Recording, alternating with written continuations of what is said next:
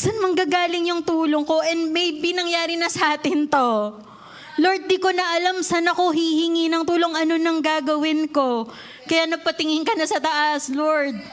Sa'yo galing, hindi nag-end sa question na where will my help come from? Ang sagot nasa verse 2, my help will come from the Lord who is the maker of heaven and earth. Wow! Amen! Your help will come from the Lord, not from people. Not from your own ability. Kasi, di ba, other people can only do so much din. May mga sarili din po silang problema eh. Amen? Our help will not come from luck or chances. Our help comes from the Lord who made heaven and earth. Kung ang Creator mismo ng lahat ng bagay sa mundo, ang helper mo, hindi ka magiging helpless. Amen?